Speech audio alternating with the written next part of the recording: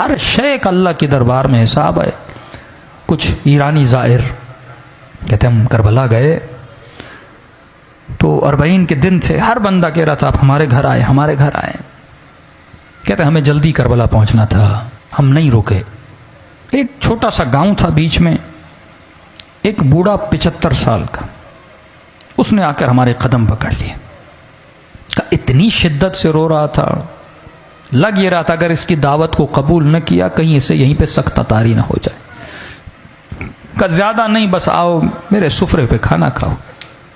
अगर तू मेरे सुफरे पे खाना खाएगा मैं ऐसे महसूस करूंगा कि गोया हुसैन मेरे घर में मेहमान बन के आए। खुलूस।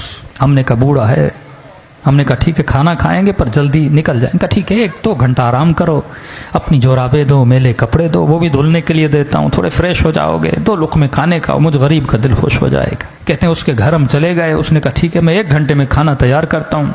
हम थोड़ा कमर सीधी करके बैठ गए। उस बूढ़े के घर की दीवार के ऊपर एक पेंटिंग लगी थी। पेंटिंग थोड़ी अजीब थी जिसने हमें अपनी तरफ खींचा। हमने क्या देखा, उस पेंटिंग पे एक ताबूत है, मैयत है अंदर। उस ताबूत के साथ में कब्र है खुदी हुई। हमने कहा यह कैसी पेंटिंग है, लोगों के घरों में जाओ या करबला की जरिए ये चीजें हैं, लेकिन ये कैसी पेंटिंग है जिसमें ताबूत है, ताबूत के अंदर मैयत और सामने खुदी हुई कब्र है। बूढ़ा आया, हमने कहा बूढ़े बताओ ये पेंटिंग का माजरा क्या है। उसने कहा पहले खाना खा लो, कहीं ऐसा ना मैं बताऊं तुम रोने लगो। मौला के ज़ाहिर हो, सुकून से खाना खाओ। इसरार किया कर नहीं, खाना खाओ। खाना खा लिया हमने कहा अब बता। कहा ये जो ताबूत देख रहे हो ये मेरा ताबूत है, ये जो कब्र देख रहे हो ये मेरी कब्र है। एक दिन मैं मर चुका था, मेरा जनाजा ताबूत में था, इसी तरह मेरी कब्र खुदी हुई थी। आज जो मैं तुम्हारे सामने जिंदा हूं ना, ये हुसैन की दुआ का नतीजा है। ऐसे कई मौजूज़े हो चुके हैं। का जरा समझा तो कहना क्या चाहता है। का मेरे पूरे गांव वाले से पूछो कि ये बूढ़ा जिसके घर हमने खाना खाया है इसका माजी कैसा था, तो सारे गांव वाले गवाही देंगे हमारे गांव में इससे बड़ा कोई फासिक नहीं था। का मुझे नहीं याद कोई ऐसा गुनाह था जो मैंने नहीं किया। मेरा हुसैन इब्न अली से लेना देना नहीं था, मेरी एक अपनी गफलत की जिंदगी थी।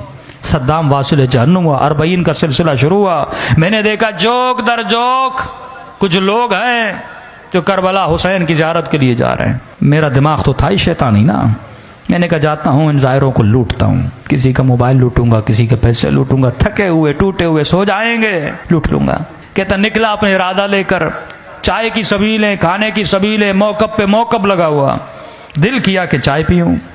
एक मौकब पे गया, मैंने कहवा उठाया, पीना चाहा। उस जवान ने मुझे पहचान लिया कि मैं चोर हूँ। उसने कहा कहवा नीचे रख, ये सबील हुसैन के ज़ायरों के लिए है, चोरों के लिए नहीं है, दूर हो जा हमारी सबील से। बुरा लगा, मैंने कहा कोई बात नहीं, आगे दूसरी सबील से पी लूंगा। आगे बढ़ने लगा, एक बूढ़े ने देखा जो सबील के अंदर था, कहा इधर आ। मैंने कहा क्यों आऊं, चाय तो तुम पिलाने नहीं देते। कहा शर्म नहीं आती, सारे गांव वाले मदद कर रहे हैं, हुसैन की ज़ाहिरों की खिदमत कर रहे हैं, तू खिदमत नहीं करेगा। मैंने कहा क्या करूं। अब कहता मैं हुसैन को जानता नहीं, मानता नहीं, कोई गरज नहीं, कोई लालच नहीं। मैंने कहा ऐसे क्या मदद करूं। कहा देख चाय बना रहे हैं, चीनी खत्म हो गई, 2 किलो चीनी लेकर आ। मैंने कहा ठीक है। बगैर गरज के ना, आप न्याज करते हो, जहन में कोई सोच है ना मौला हुसैन मदद करेंगे, कब्र में क़यामत में सैयदा को अजर देंगी मेरे आंसुओं के बदले। कहता नहीं मेरा कोई जहन में पसे मंजर नहीं। मैं गया, 2 किलो चीनी ली। वापसी पे एक और सबील थी जहाँ चाय चल रही थी। मैंने कहा चाय यहाँ पीऊँ फिर जाऊँगा। उसने बोला भी तो अब उसकी चाय नहीं पीऊँगा। इज्जत नफ्स ने मुझे रोका। मैंने चीनी इसके टेबल पर रखी, चाय पीना चाहिए। उस सबील वाले ने समझा मैं उसके लिए लेकर आया हूँ। उसने कहा मौला का ज़ाहिर चीनी लेकर आया है। मैं रोक न सका, बता न सका कि आपके लिए नहीं अगले वाले के लिए। उसने उठा ली, मैंने कहा कोई बात नहीं, 2 किलो और लेता हूँ। आगे बढ़ा, कहता है कज़ा पूछ के नहीं आती।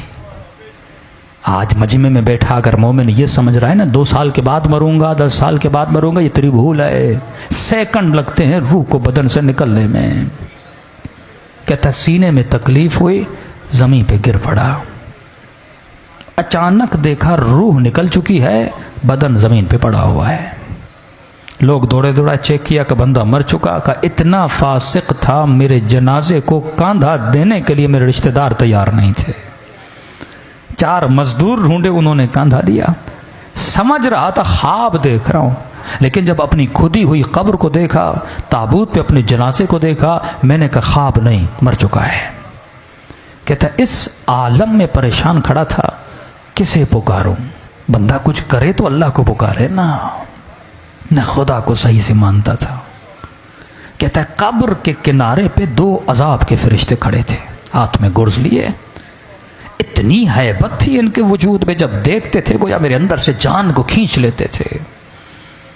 समझ गया उतरूंगा, कब्र का दरवाजा बंद होगा, अजाब शुरू हो जाएगा। कहता मेरा वजूद कांप रहा था, किसे पुकारूं, कौन आएगा मदद के लिए। इतने में मेरे पीछे से एक मीठी सी आवाज आई, और आवाज ने मलाइकों को मुखातब किया, ऐ मलाइकतुल्लाह, मेरे दोस्त को डरा क्यों रहे हो?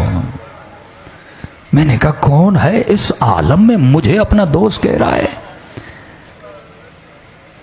कहता है मुड़ के देखा तो मलाइकों ने बड़े अदब से इसे झुक के सलाम किया और कहा अस्सलामु अलैका या अबा अब्दुल्लाह अल हुसैन, हुसैन शहीद करबला। हुसैन ने मुझे अपना दोस्त कहा मुझसे ज्यादा मलाइकों ने ताज्जुब किया। कहा मौला ये रहा इसका नाम अमाल, दूर दूर तक आपके किरदार किसके अंदर खुशबू नहीं है, यह आपका दोस्त कैसे बना? इमाम ने कहा अगर दोस्त न होता मेरी सबील पे 2 किलो चीनी न देता। कौन देता है बेगरज किसी को कोई चीज? कहा हुसैन गुनाह बहुत है, 2 किलो चीनी की कीमत क्या? ये हुसैन है, जरा जरा चीज का हिसाब रखता है हुसैन, ये करीम है। अजीब जुमले इस बूढ़े ने कहे कि सुनने वाले ईरानी सारे जाहिर रोने लगे। कहा इतने करीम है, हमें पता नहीं था मौला हुसैन का।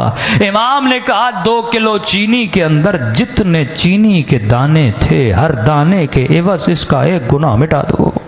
कहा मौला मिटा दिए, अब भी गुनाह बहुत है। कहा 2 किलो लेने गया था, ली नहीं थी। अगर तू करबला जाने की नीयत करे, बीच में मर जाए ना, सवाब लिखा जाएगा। आया तो था ना, नीयत तो की थी ना।